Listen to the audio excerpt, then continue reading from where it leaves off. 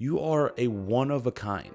You have no rivals. No one can compete with you, but you have to start to believe it. You have to start to see it. And the way that you start to see it, how to fall in love with yourself and build healthy narcissism. What's up? It's your boy, Alex, in the Boss Life Domination Den. And I got an exciting topic for you today about how to fall in love with yourself. Healthy narcissism.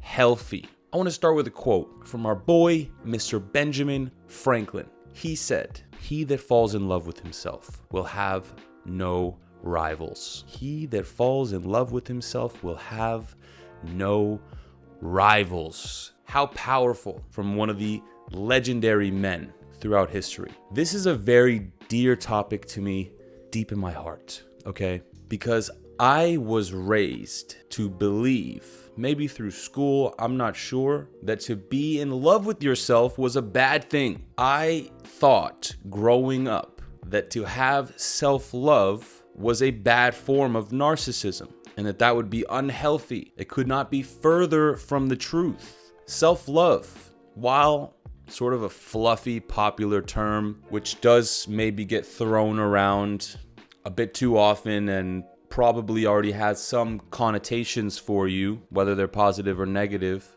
Yeah, okay, might be the case. And that's fine, because what we're really talking about here is how to have a really strong relationship with yourself, how to truly love who you are and feel like a fucking boss in your own skin, in your own energy and vibe, to be like, yeah, this is me, okay? This is powerful. I want to show you how to do that. I want to give you the tools, the keys. I also want you to start to notice how some of the most successfully charismatic and influential people have developed this skill already. He that falls in love with himself will have no rivals.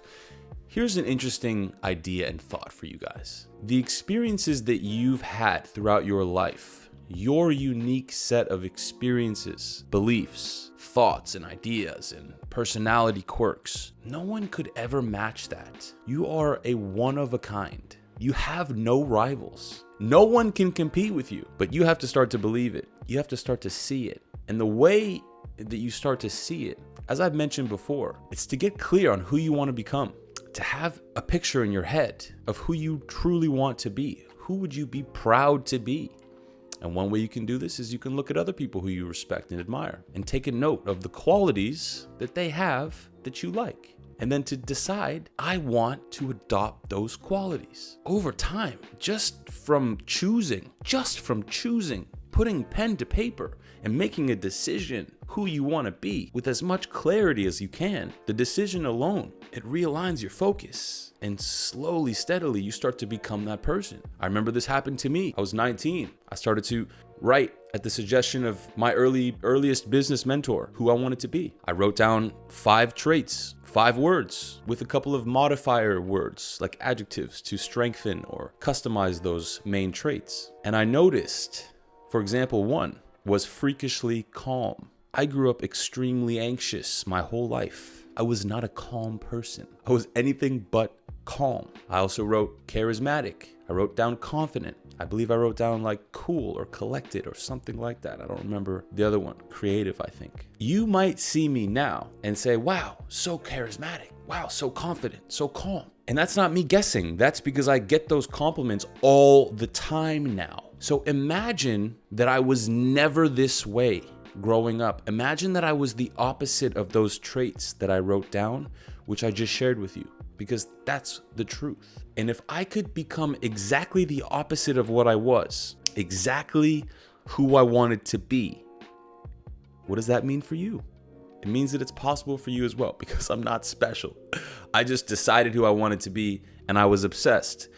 The cool thing is very early on, it actually only took a year or less from the time when I decided who I wanted to be before I started getting compliments using those exact words that I had written down. And this is very exciting. Take some time, pen to paper, write down specific traits. I would put them up on your wall where you can see them every day. That's what I did.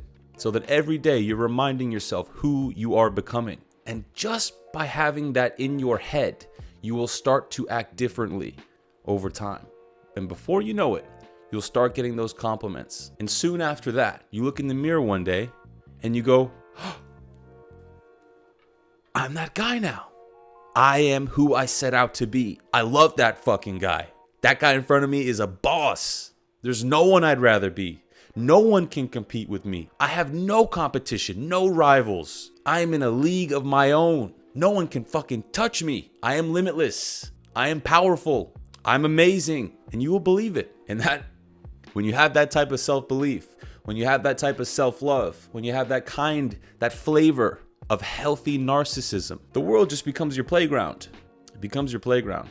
I want to see you on the playground. Let's enjoy this playground together. Let's enjoy this ride. Guys, if you like this video and this type of thing, show me. Hit the like button down here and subscribe with the bell and post up in the comments down below. Let me know. Are you going to start making yourself proud? Are you going to start to develop that self-love? Improving your self-esteem takes discipline.